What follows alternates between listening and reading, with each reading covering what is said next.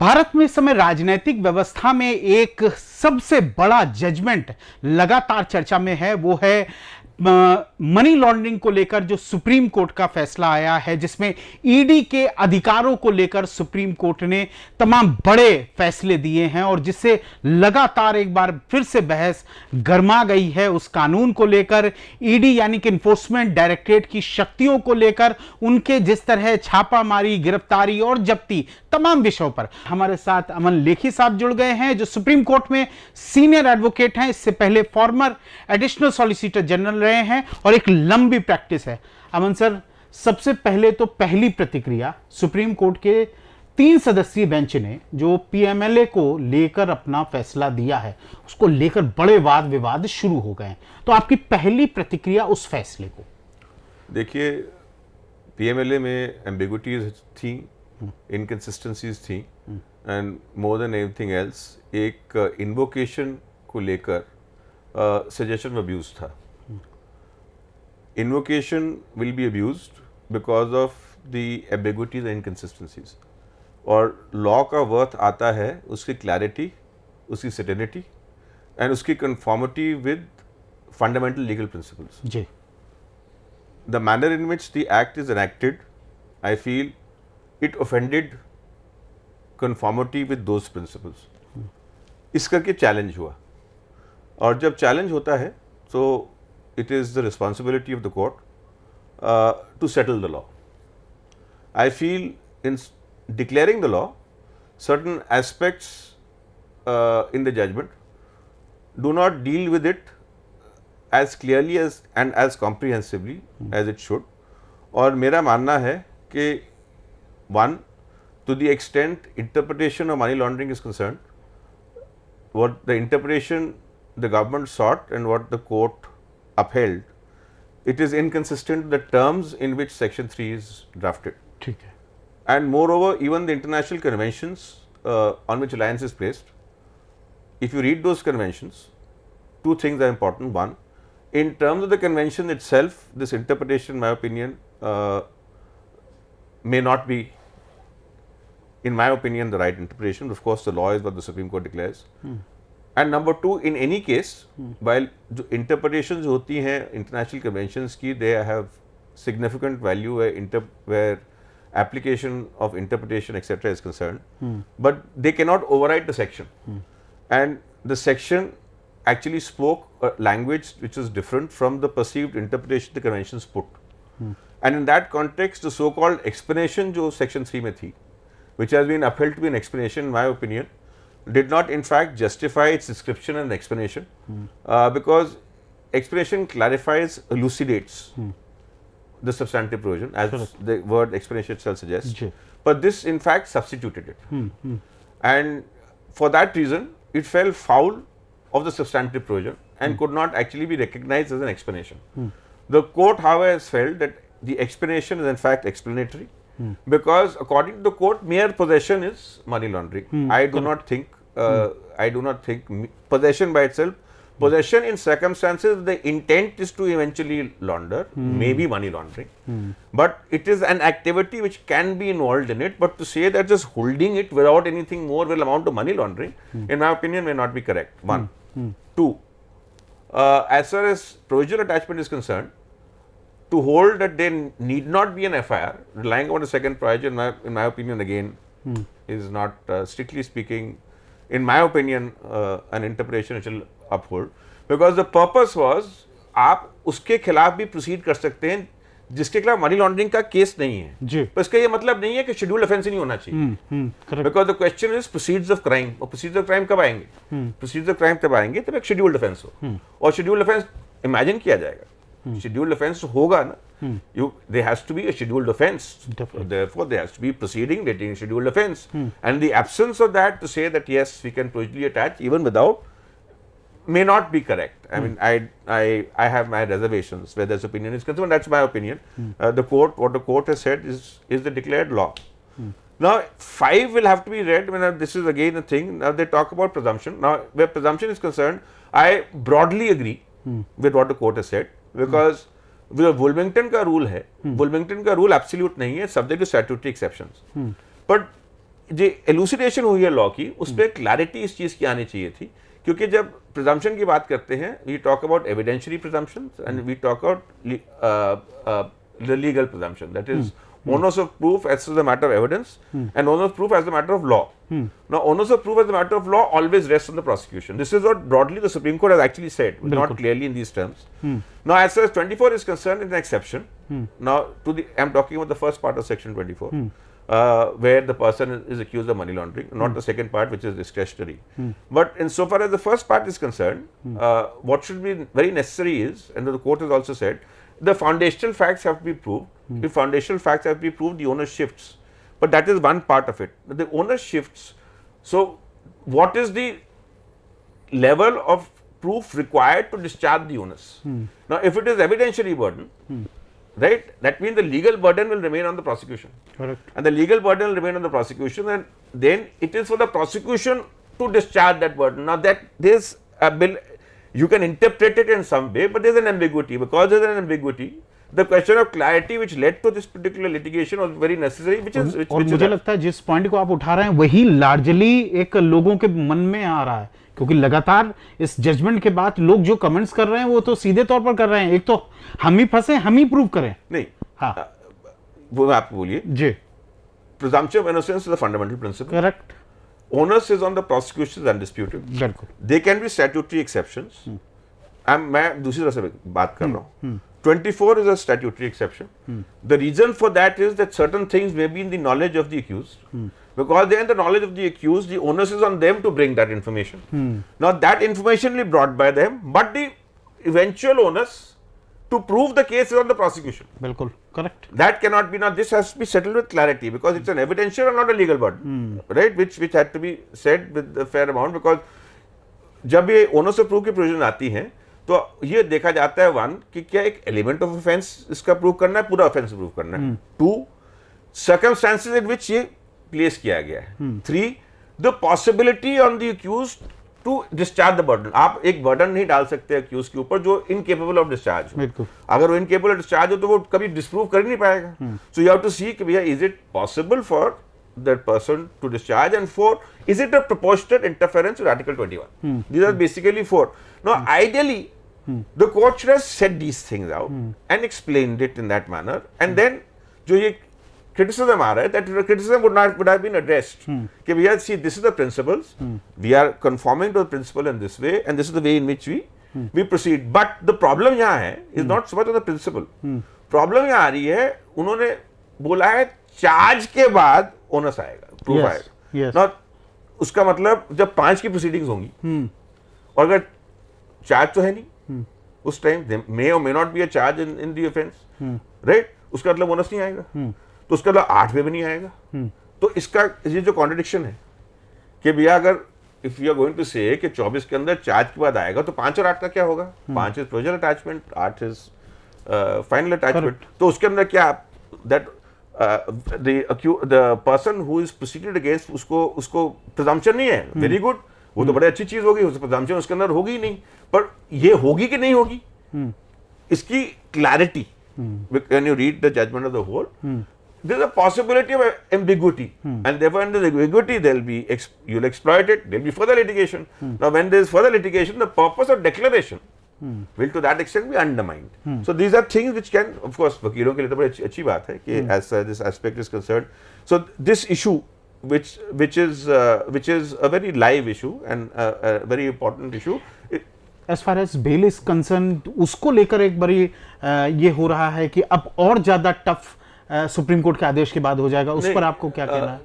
You see, as far as bail is concerned, the Supreme Court, to the extent it said, its violation of 13 doesn't efface the law. ठीक है. Because it does not efface the law exists, and you can therefore alter it. Now they go into Validation Act. I have my own reservation whether this principle of Validation Act is correct, because I don't see this as a validating act, because the validating act has a discipline which is completely different. The reasoning of the Supreme Court, to the extent it upholds 45, in my opinion, has got a few issues which are open to a contrary interpretation, which is equally valid, because the manner in which 45 has been reenacted, correct, could have been done better. and because it could have been done in a better manner, it was appropriate for the court to actually, because the purpose of a court is to rein in the executive. that is जो judicial review होता है, जो court की scrutiny होती है, court की scrutiny होती है to keep the power holders in check, because it is abuse of power which is to be restrained by rule of law. And rule of law eventually is what in our system what is declared by the Supreme Court. So एक ये sacrosanct duty है, because eventually the worth of our liberties lie in the declaration by the Supreme Court. Because the worth lies in the declaration, there requires to be an element of circumspection in the dealing and clarity in the exposition. Because if there's an oversight on a relevant principle or an omission in the declaration, maybe an accidental or innocent omission, then the statement of law detracts from a certain statement which is capable of giving clear guidance. वहां role of the court जो है वो आता है. हाँ जी. और इसके अंदर जब a court is not going to bother, I mean mainly because लोग बोल रहे हैं कि भैया ये है, मैं I don't subscribe that opinion. I don't feel that you accuse the court of intentional wrongdoing, right? What the court has held is an opinion drawn from the facts as it stand and not the arguments as are drawn. I will never attribute a motive to the court. You can't possibly attribute, and that the view of the court is a possible view. My problem is in the way in which it is expressed, which gives rise to unfounded statements about the declaration. Correct. That is the only thing which has to be done. Now 45, where 45 is concerned, there's a basic infirmity in 45, because I'll explain to you. As far as 45 is concerned, not guilty. Everyone is right. This is a very high standard. We are not guilty. Up at the threshold. How will you say not guilty? But then question is, when you interpret a provision, you have to interpret a provision in the context in which it is to operate. So the level of the threshold for the purpose of deciding not guilty would not be the final threshold at the stage of conviction, but the threshold would be on the prima facie reading of the evidence. Now the prima facie reading of the evidence, जो the onus जो आता है बंदे के ऊपर होता है कि भैया I am not guilty.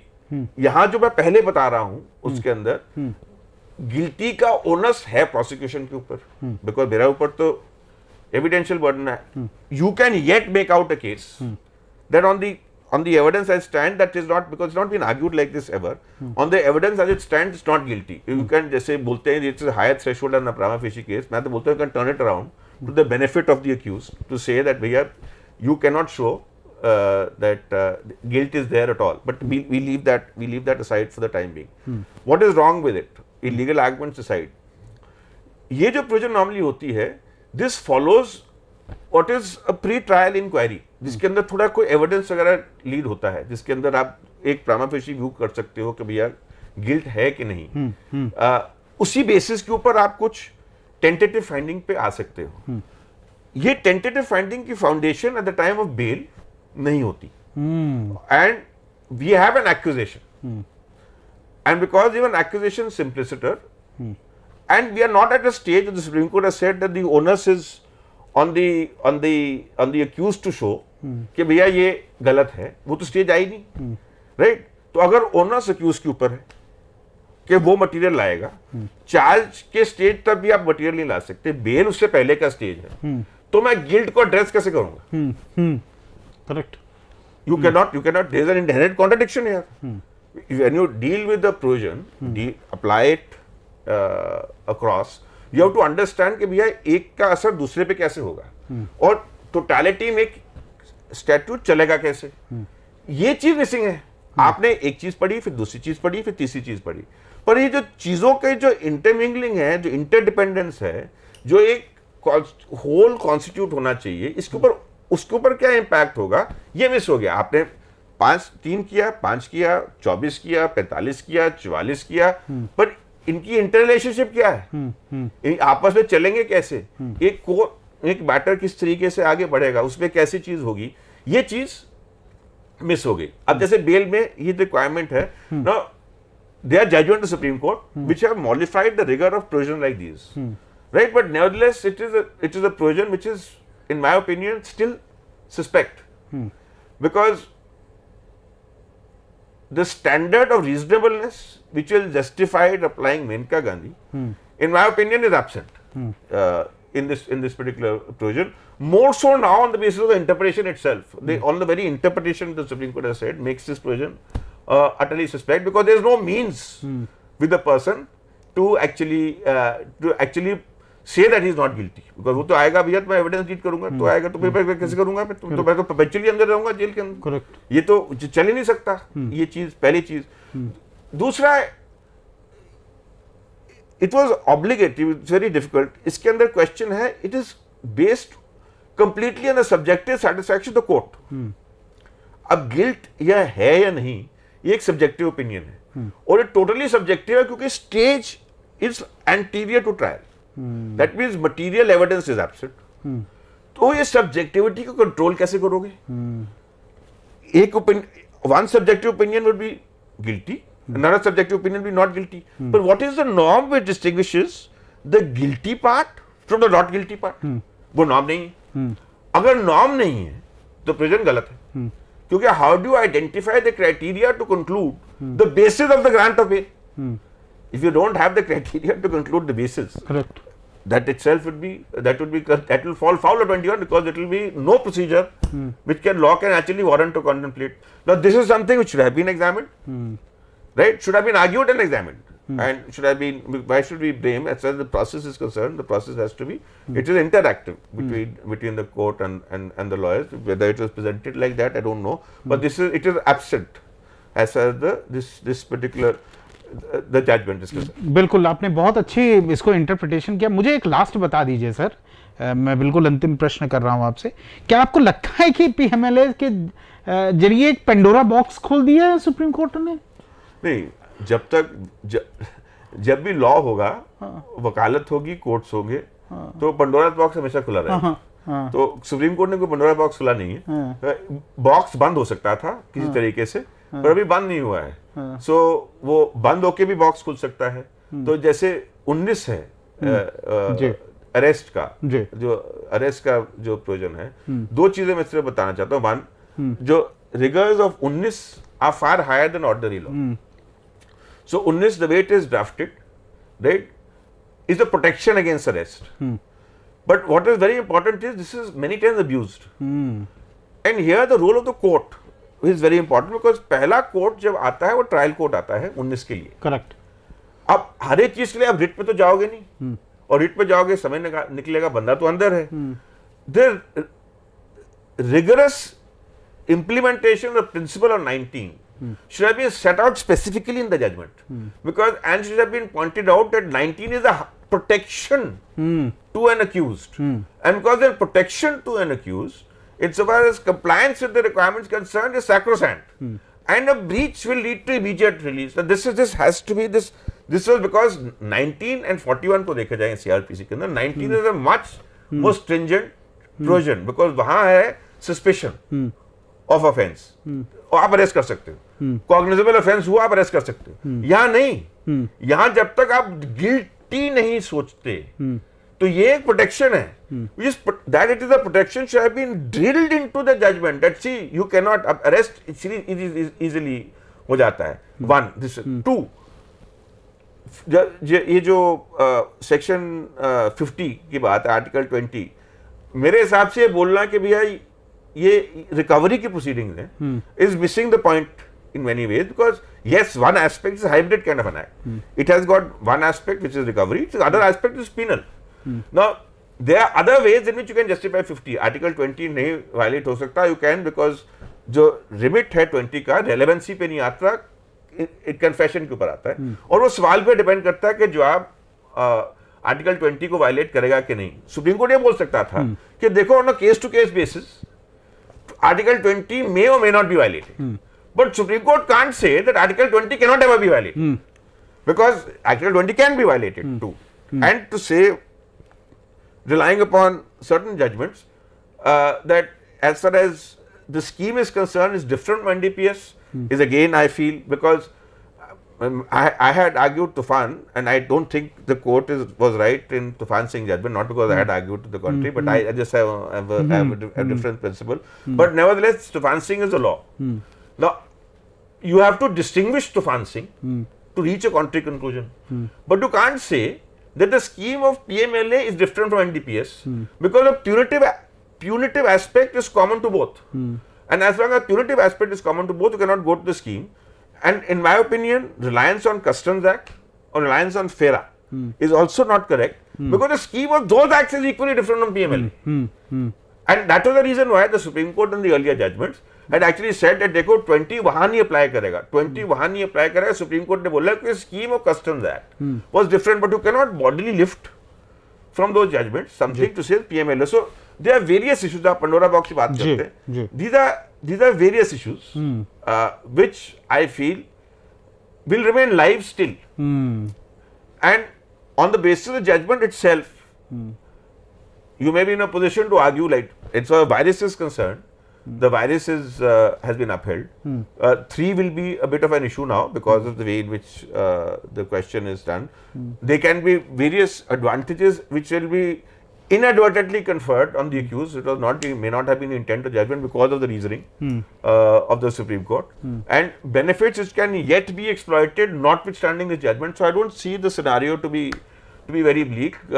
Lawyers will be able to find out from the judgments how, because eventually what is supreme is the Constitution, and that is a fundamental law, and the primacy of that law cannot in any way be belittled by anything, and any ambiguity which has to be solved has to be reconciled keeping those principles in mind.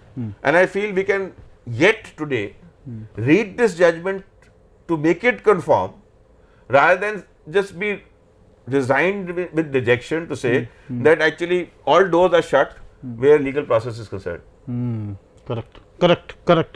आप young lawyers हैं या इस judgement को लेकर आपके दिमाग में तमाम प्रश्न थे, वो कहीं ना कहीं अमन सर ने एड्रेस किए हैं और बिल्कुल साफ तौर पर कहा है कि जो टोटलिटी में इस जजमेंट को कहना चाहिए था वो शायद अधूरा है, और कहीं ना कहीं एक बड़ा पेंडोरा बॉक्स खुला है जो तमाम चीजों को भी लगातार करता रहेगा. और सही बात तो यह है कि अदालत और वकीलों का काम ही है कि उसको और बेहतर तरह से क्लैरिफिकेशन दे. नीचे इसी वीडियो के एक ईमेल दिया हुआ है, फिर भी आप बतौर वकील, आप बतौर किसी भी तरह से विक्टिम हैं तो इस ईमेल से आप संपर्क कर सकते हैं, सीधे अमन सर से सवाल पूछ सकते हैं कि आखिर इसके बाद की स्टेज क्या होगी. बहुत बहुत शुक्रिया अमन सर, बहुत बहुत धन्यवाद. नमस्कार.